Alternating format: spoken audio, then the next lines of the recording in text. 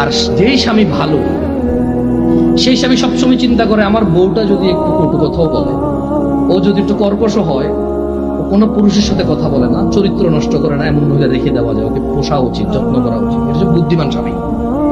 একজন বুদ্ধিমান পুরুষ কি করে?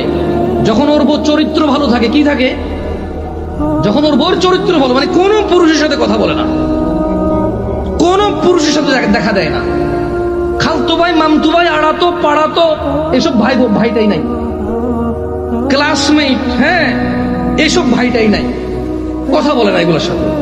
কিন্তু একটু জ্বালা যন্ত্রণা করে জামাই সাথে, যেটা স্বভাব আর কি কিছু কিছু মহিলার, হ্যাঁ, করে।